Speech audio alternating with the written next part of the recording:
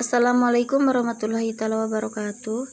Perkenalkan, nama saya Yanti Mubarokah dari Hukum Ekonomi Syariah semester 5. Sebelumnya yang terhormat kepada Bapak Dr. Haji Mulyawan Sofandi Nugraha MAG MPD dan juga kepada teman-teman. Saya di sini akan menjelaskan tentang skripsi dan artikel jurnal tentang jual beli. Yang pertama yaitu Winahyu Abdul Malik mengambil judul tentang peran pekerja wanita dalam penguatan ekonomi keluarga, perspektif hukum ekonomi syariah, studi di Dinas Lingkungan Hidup dan Persampahan Kota Ambon. Pada tahun 2020 di studi di Dinas Lingkungan Hidup dan Persampahan Kota Ambon tentang deskriptif kualitatif. Adapun temuan dan hasil dari peran pekerja wanita, yaitu kepada pemerintah diharapkan agar lebih mengoptimalkan kesejahteraan kaum buruh dalam perekonomian rendah.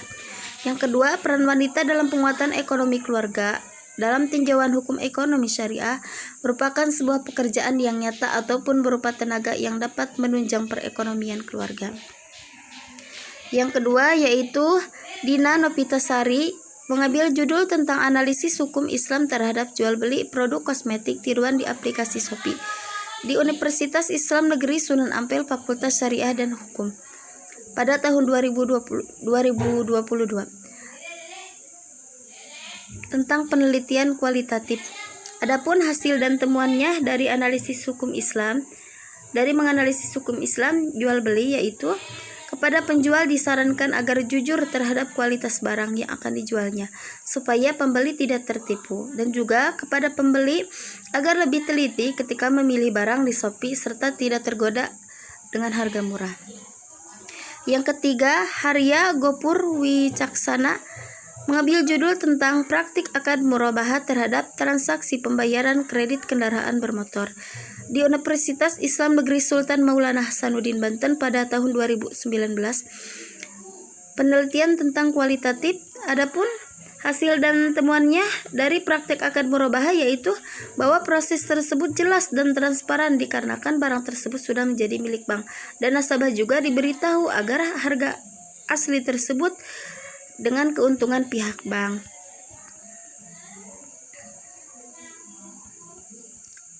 Yang keempat,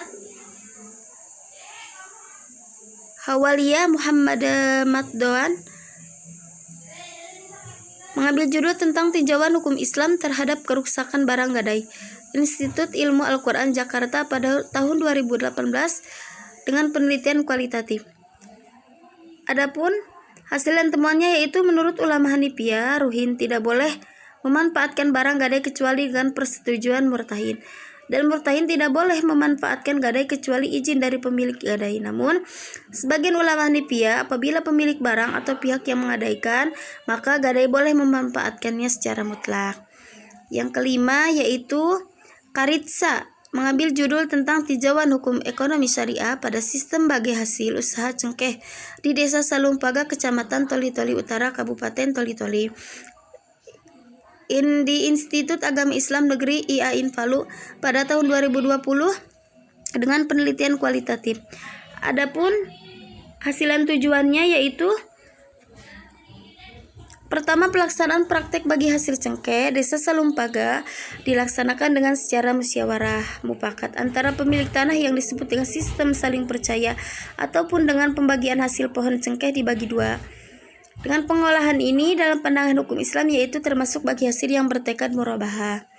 Yang keenam yaitu Sarmila mengambil judul tentang analisis hukum ekonomi Islam terhadap kenaikan harga barang komoditi di bulan Ramadan, studi kasus pada Pasar Sentral Tarnutado, Kabupaten Sidenrang, Rapang, di Institut Agama Islam Negeri IAIN Parepare pada tahun 2020 dengan penelitian kualitatif.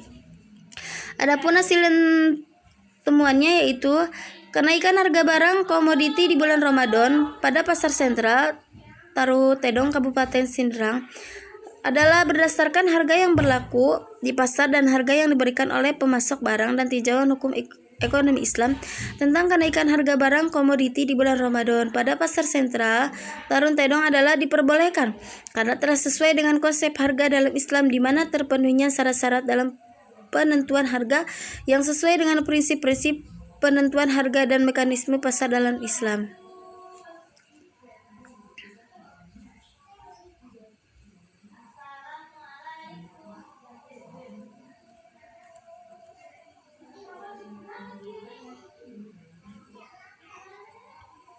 Yang ketujuh yaitu Fajri Sahbi mengambil judul tentang tinjauan hukum Islam terhadap sistem bagi hasil kebun karet, studi kasus di Desa Mekar, Limau Manis, Kecamatan Tabir Ilir, Kabupaten Merangin, Provinsi Jambi, di Universitas Islam Negeri Sultan Toha Sanudin Jambi pada tahun 2020 dengan penelitian kualitatif.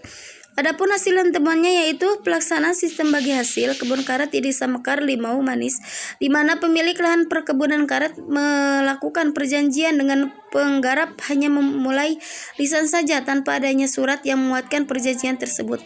Dan biaya-biaya yang dikeluarkan selama pengolahan ditanggung pemilik lahan dan pembagian keuntungan sesuai dengan kesepakatan kedua belah pihak. Adapun pandangan hukum Islam terhadap sistem bagi hasil kebun karet di Desa Mekar, Limau Manis, rasanya sistem bagi hasil ini termasuk musaqah yang dibenarkan oleh syariat Islam. Yang kedelapan yaitu Muhammad Hasbullah mengambil judul tentang label halal keputusan pembelian produk makanan dalam kemasan pada masyarakat Kota Cirebon, studi kasus label halal MUI di Desa Kebun Baru, Kecamatan Kejaksaan Kota Cirebon, Institut Agama Islam Negeri IAIN Syekh Darjati Cirebon pada tahun 2001 di Kota Cirebon di Desa Kebun Baru dengan penelitian kualitatif. Adapun hasil dan tujuannya yaitu dapat disimpulkan bahwa label halal merupakan suatu kebutuhan yang penting bagi kaum muslim. Label halal sudah menjadi kebutuhan pokok dan suatu produk makanan khususnya untuk kaum muslim. Label halal merupakan sebuah jaminan akan halalnya sebuah produk. Yang kesembilan yaitu Adinda Febrianti Salsabila dengan mengambil judul tentang pembayaran ekonomi masyarakat berbasis masjid pada masa COVID-19 di Masjid Al-Hidayah Bekasi, Institut Agama Islam Negeri IAIN Syekh Nurjati Cirebon pada tahun 2002 di tempat Masjid Al-Hidayah dengan penelitian kualitatif. Adapun hasil dan temuannya yaitu pemberdayaan masyarakat yang dilakukan oleh Masjid Besar Al-Hidayah di Bekasi dapat dirasakan oleh masyarakat sekitar melalui program-program berbasis sosial dan majelis taklim dengan manajemen masjid yang dilakukan DKM ataupun pengurus masjid. Yang ke-10 yaitu Rizky Wahyudi mengambil judul tentang analisis perilaku masyarakat terhadap aktivitas arisan dalam perspektif ekonomi Islam di Universitas Islam Negeri Sultan Syarif Kasim pada tahun 2021 Desa Pungguk, Kecamatan Solo, Kabupaten Kampak dengan penelitian kualitatif. Adapun hasil dan temuannya yaitu masyarakat harus ikut serta dalam kegiatan arisan ini. Selain sarana bersilaturahmi yaitu sebagai salah satu praktik untuk menabung bagi masyarakat itu sendiri. Yang kedua yaitu menjelaskan tentang jurnal. Pertama, Sahrul Romli mengambil judul tentang pengaruh pertumbuhan ekonomi dan upah minimum terhadap kemiskinan di Kota Jambi dengan jurnal Perspektif Ekonomi dan Pembangunan Daerah pada tahun 2018 di Kota Jambi dengan penelitian kualitatif. Adapun hasil dan temuannya yaitu secara simultan pertumbuhan ekonomi dan upah minuman provinsi berpengaruh signifikan kemiskinan terhadap Kota Jambi, sedangkan secara parsial yang berpengaruh terhadap kemiskinan adalah upah minuman provinsi. Hasil rata-rata pertumbuhan ekonomi Kota Jambi periode 2001 sampai 2005 sebesar 28% dan rata-rata perkembangan UMP Jambi periode 2001 dengan 2015 sebesar 14,30. Yang kedua yaitu Maryudi mengambil judul tentang perspektif lingkungan makro dan lingkungan mikro terhadap inovasi dan kinerja perkembangan usaha UKM dengan jurnal Ekonomi dan Bisnis pada tahun 2017 di Universitas Malikussaleh Hoksum dengan penelitian kuantitatif. Adapun hasil dan temuannya yaitu dalam berbagai perspektif di dunia diakui bahwa usaha kecil dan menengah UKM melainkan peran penting dalam pembangunan ekonomi karena mereka menjadi sumber utama dalam penciptaan lapangan kerja. Adapun inovasi dapat menjadi aktivitas integral yang melibatkan seluruh UKM dalam mencari dan menemukan cara-cara baru yang lebih baik untuk mengidentifikasi, memperoleh dan menerap. Yang ketiga yaitu ardianisasi dengan mengambil judul tentang perilaku produsen pada penetapan harga studi empirik pada usaha percetakan. Pada tahun 2027, pemilik usaha percetakan CV Anggun Makassar dengan deskriptif kualitatif. Adapun hasil temuannya yaitu menurut Amelson 2009, ilmu ekonomi makro dan mikro mempunyai dua peranan, yaitu pertama berupa deskription, berperan memahami, menjelaskan, kedua preskription, yaitu pengetahuan ekonomi yang berarah kepada kebaikan. Pada dasarnya, setiap pesanan yang dikerjakan dapat diidentifikasi secara fisik, dan setiap pesanan yang dapat dikerjakan dan dapat dibebani dengan biaya yang berkaitan dengan pesanan itu sendiri. Yang keempat yaitu Zahidin dengan mengambil judul tentang investasi bagi hasil dalam ekonomi mikro Islam dengan mengambil judul Jurnal Ekonomi Mikro Jalan Nasion nomor 105 Bandung dengan penelitian kualitatif. Adapun hasil dan temuannya yaitu mikro Islam sangat banyak, namun secara umum prinsip bagi hasil dalam perbankan syariah dapat dilakukan 4 akad utama, yakni al-musyarakah, al-mudharabah, al-muzaroah, dan al-musaqqah.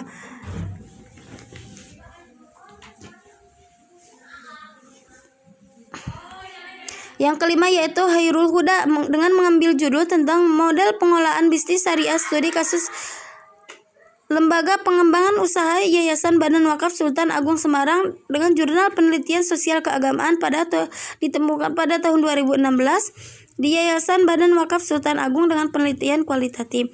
Adapun hasil temuannya yaitu menemukan bahwa LPU menggunakan modal bisnis sesuai dengan usaha yang dijalankannya.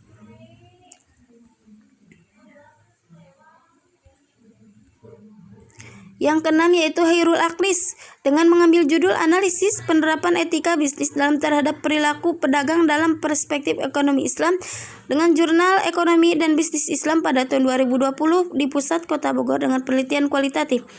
Adapun hasil dan temuannya yaitu etika bisnis yang dilakukan pedagang mampu menerapkan etika bisnis Islami dalam melakukan perdagangannya.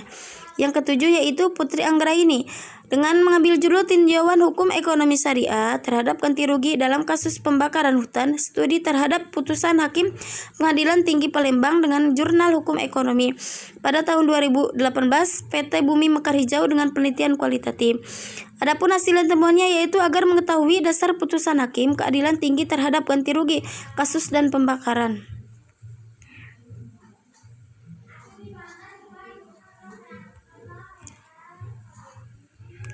Yang ketujuh yaitu Putri Anggraini dengan mengambil judul tentang tinjauan hukum ekonomi syariah terhadap ganti rugi dalam kasus pembakaran hutan. Di studi terhadap putusan hakim Pengadilan Tinggi Palembang dengan jurnal hukum ekonomi pada tahun 2018 PT Bumi Mekar Hijau dengan penelitian kualitatif. Hasil dan temuannya yaitu agar mengetahui dasar putusan hakim keadilan tinggi terhadap ganti rugi kasus dan pembakaran.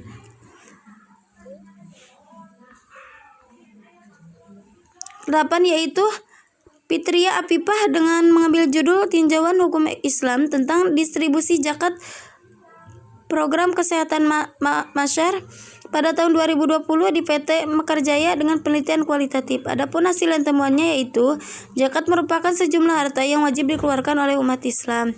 Yang kesembilan yaitu Luh Meli Wahyuni dengan mengambil judul tentang faktor penentu minat berkewirausaha mahasiswa suatu evaluasi pembelajaran dengan jurnal bisnis pada tahun 2017 di Bandung dengan menggunakan penelitian kualitatif. Adapun hasil dan temuannya yaitu lingkungan keluarga dan pendidikan kewirausahaan secara simultan berpengaruh positif dan signifikan terhadap berminat mahasiswa. Yang ke-10 yaitu Muhammad Aris dengan tinjauan hukum Islam terhadap jual beli buah-buahan di atas pohon dengan mengambil jurnal hukum Islam pada tahun 2020 Jakarta penelitian kualitatif. Adapun hasil temuannya yaitu jual beli buah di atas pohon di desa Kecamatan Sinzai Selatan dilakukan dengan cara menjual buah yang masih belum jelas hasil buahnya, kemudian disepakati dengan pembayaran.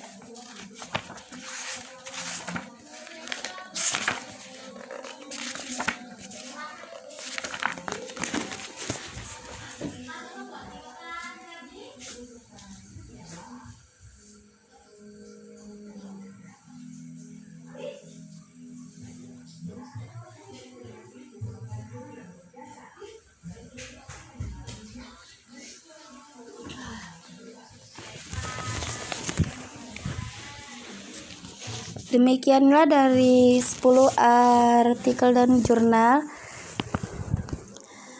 Insya Allah saya akan mengambil judul tentang upaya perlindungan konsumen terhadap produk label makanan studi kasus di